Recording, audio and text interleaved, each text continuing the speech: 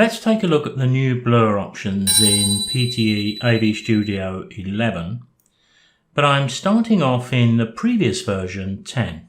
PTE has always had a blur option, but it could often be seen around the edge of the image, a little bit like a drop shadow, and even with that lime green line we can see it.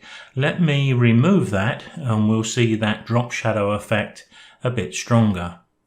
Now I've got the blur set here for 30 in PTE AV Studio 10. Let's go and do exactly the same thing in version 11. So here we are in the objects and animation screen of version 11, and you can see I've got the blur set to 30, exactly the same as version 10.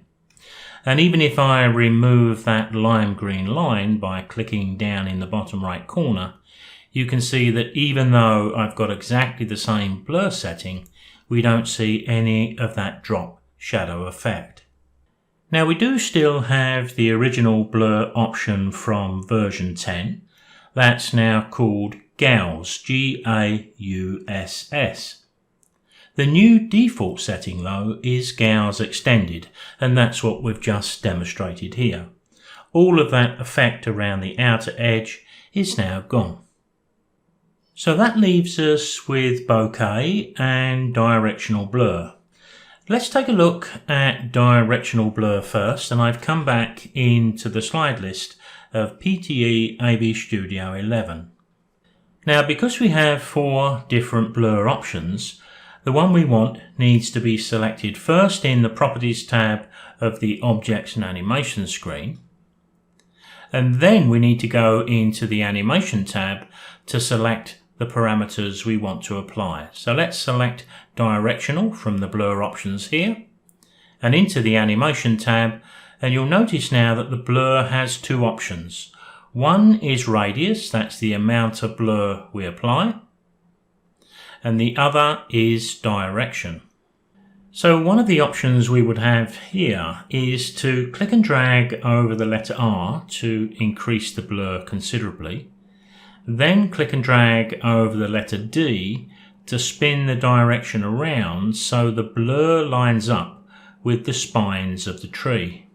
Now as we can see with this full screen preview, a fade from one to the other looks quite attractive.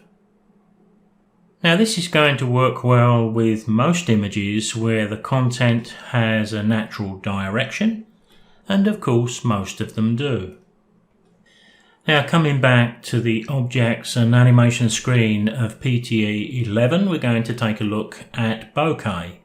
So first of all, via the Properties, we do have to select that option. Then we can go back into the Animation tab, and here we notice we've actually got 3 different ways to make adjustments. Here we've got the amount of blur. Here we've got the bokeh effect where we can spread those highlights.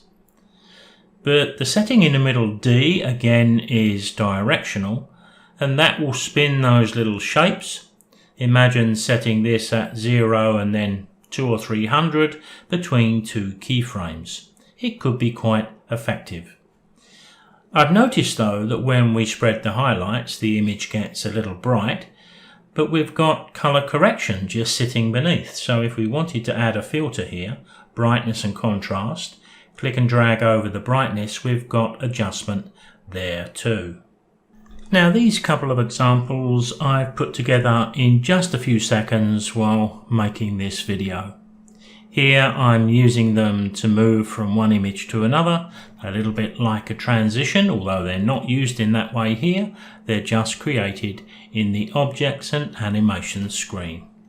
Now all of these blur settings could be used to make great custom transitions, but I think in the final version of PTE AV Studio 11 you're going to find 1 or 2 transitions that already incorporate these options, and you'll be able to apply them with a simple click. Now I think it's pretty certain that we're going to be visiting these blur options quite often, and as we get creative, we'll share what we create.